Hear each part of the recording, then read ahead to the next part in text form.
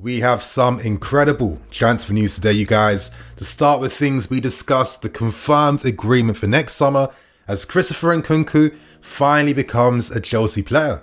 On top of this, we are close to capturing young Brazilian midfield wonderkid and Andrey Santos in the next coming window. Todd Boehly is not playing. Todd Boehly is not messing around. He is continuing to invest and rebuild Chelsea Football Club. Times are looking incredibly exciting. I hope you guys enjoyed today's video by hitting that like button and getting involved in the comments too. To start with the first story, now let's start with the bad news first. We are up against Man City in the third round of this year's FA Cup. We're playing against Man City twice in domestic competition. I do not know what is happening, but the realistic part of myself is kind of feeling like, okay, this is another domestic competition we are going to get knocked out from. Maybe I'm sounding too negative, but I just kind of feel like maybe this season, the focus should be on securing Champions League football. That is the most important thing.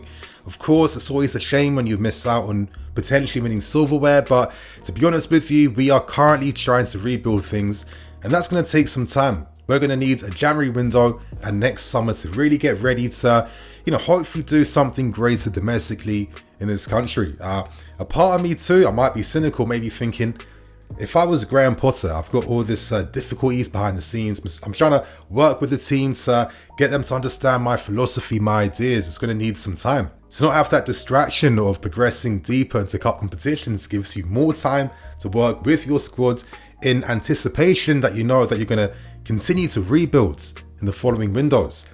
And if you're getting knocked out by Man City, people are kind of expecting you to lose already. So then the defeat doesn't become that bad if you're losing against them. Now, I'm not here to say that I'm feeling gassed and proud by what I'm saying. Absolutely not. I'm a Chelsea fan. I want us to win in every single game. But I kind of feel like this season, with like Tuchel being sacked, the terrible unbeaten run under Potter as well too, I feel like reality is just set in my head now that, of course I want us to win. But at the same time, I'm not surprised if we don't, knowing that we are building something greater for the future. So let's see what happens, and hopefully I'm proven wrong and we get that result versus Man City. So right now, let's move on to the big story today. So right now, let's discuss one of the massive stories of today, and let's talk about the capture of Christopher Nkunku. Now, this has been reported by multiple outlets. Fabrizio Romano, of course, gave his seal of approval to just really fully confirm this agreement that has been made. But basically, we have reached an agreement between Nkunku, his agent Mpini Zahavi, and the club as well too. And of course, we have been able to sign him by offering more money on top of his release clause. So his release clause was set at 60 million euros. We paid 10 million extra. We've paid 70 million euros to beat off competition for multiple massive clubs, of course, to get first dibs at capturing first. We don't know who these clubs are, but I'm going to guess they might be Liverpool. I'm going to guess that will be a Bayern Munich, who do need a forward and a striker. And I'm going to guess Real Madrid, because I do think that Nkunku could be like that perfect Karim Benzema successor, because the guy's got the X factor, the skill, the flair, the match-winning ability, and he can equally play in his teammates and of course score goals himself. For me, I haven't really seen an attacking player like this and a player of his profile signed by a club. A lot of times we've gone for more traditional strikers, guys that can, bring people into the game, act as target men, have aerial presence, or guys that can make those runs in behind. They've been the only type of forwards I've seen over the past maybe 15 years at this club. But for me, Nkunku, and I'm really hoping that we, create the conditions for him to succeed for next season. I see this guy as the perfect false nine. Not every player can play false nine, and I don't want to hear anything about Kai Havertz playing false nine, because he hasn't been playing false nine for us. False nine implies that you're dropping deeper from central positions. False nine implies you start from a higher position and you move deeper towards the ball. False nines do not play tight up against their defender. They receive away from their centre-backs, with the key goal being that you try to get their centre-back attention to disrupt that defensive line. And when you have those goals, and when you have those goal-scoring wingers either side of you to make those diagonal runs in behind to, take advantage of the spaces being created. This is how a false nine works. False nines like Lionel Messi, Totti, Ibrahimovic during his time at Paris Saint-Germain. you don't constantly see false nines all the time, because for me, you have to be like a superior technician to really do that role justice. And for me, this is what Nkunku does. The guy has been getting double digits for goals and assists. This is not a normal thing. And I'm hoping that now that he's been signed, we will play him in that position where he can go to an even higher level. And I'm hoping we supplement this guy with proper goal scoring wingers either side of him, with eights, of course, that can support and supplement the attack as well too. So I'm more than happy and excited by this deal. And I kind of feel like this is the type of individual talent that big clubs like us need to have. You know, we can't just tactics our way through games all the time. A lot of times you need the players on the field to take responsibility for themselves, make the impossible possible. We used to have players like this in your Drogbas, your Lampards, Fabregases, Costas, Hazard, so many of them. I feel like we've kind of moved away from that, and I feel like we've become too system prioritized, whereas instead, in my opinion, I want to see a combination of both system and player, because that is the key to winning games for me. So Nkunku, I'm looking forward to seeing your excellence for next season. How do you guys feel about this deal as well too? Are you excited?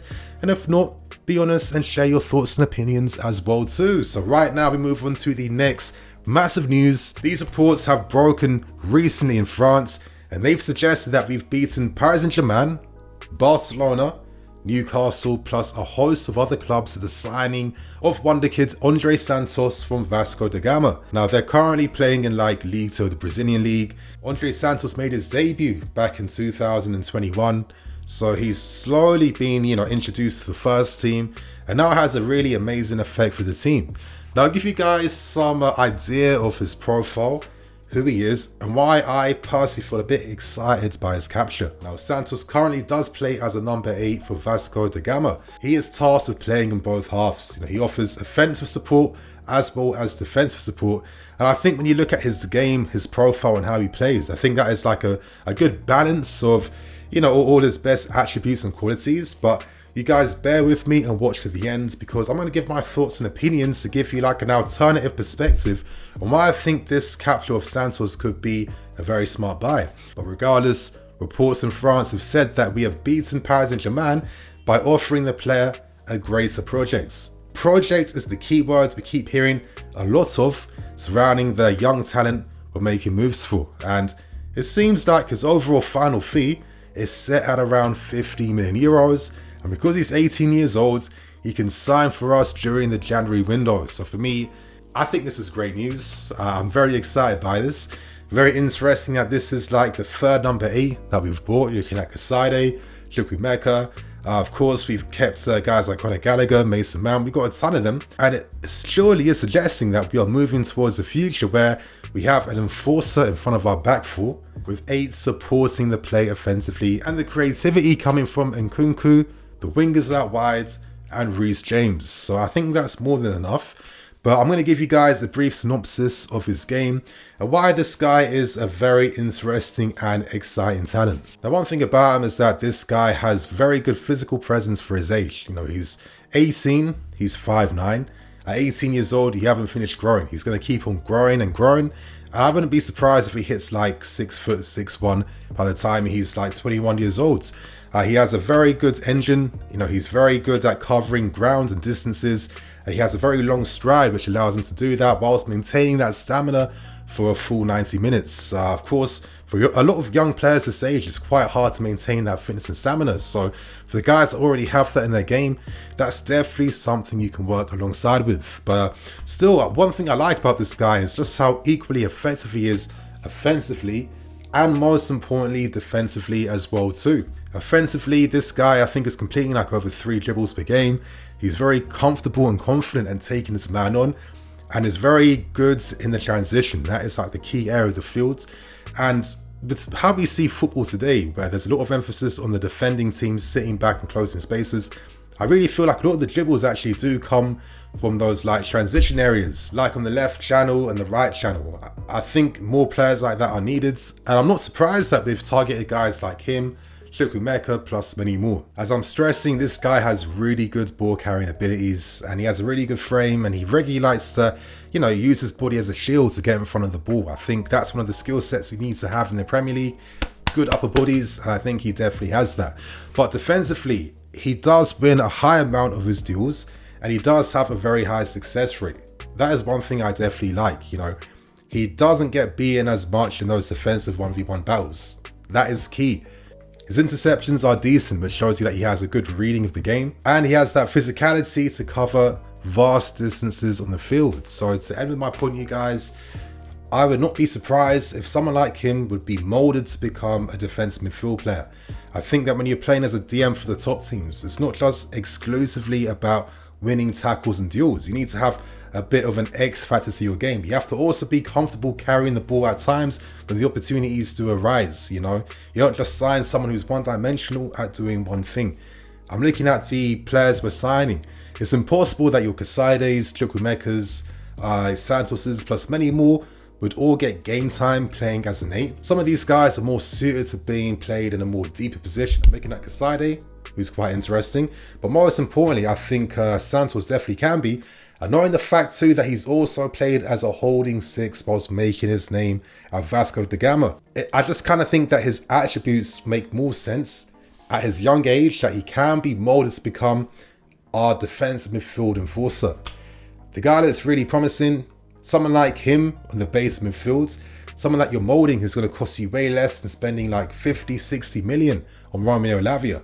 I think it's a much more intelligent thing to do. And knowing the fact that his price isn't that high, if it didn't work out, that's not necessarily breaking the bank and stopping us from signing other DMs in the future. So how do you guys feel about some of the recent youth acquisition? I think it's incredibly exciting, and I do think that Andrey Santos really is a very smart buy. So you guys, on that note, I'm going to wrap things up, keep things moving. Thank you for watching. There's going to be more videos out for tomorrow, and from next week, I'm looking to do more World Cup content. I've came back from Qatar. I've been a bit ill at this point in time, not really myself. As you can hear from my voice, you know, I'm sounding very congested at this point in time. But I'll be back to full speed very soon, so bear with me. So on that note, I'm in EFC. This is BlueLionsTV. I'll catch you guys later with some more videos. Cool.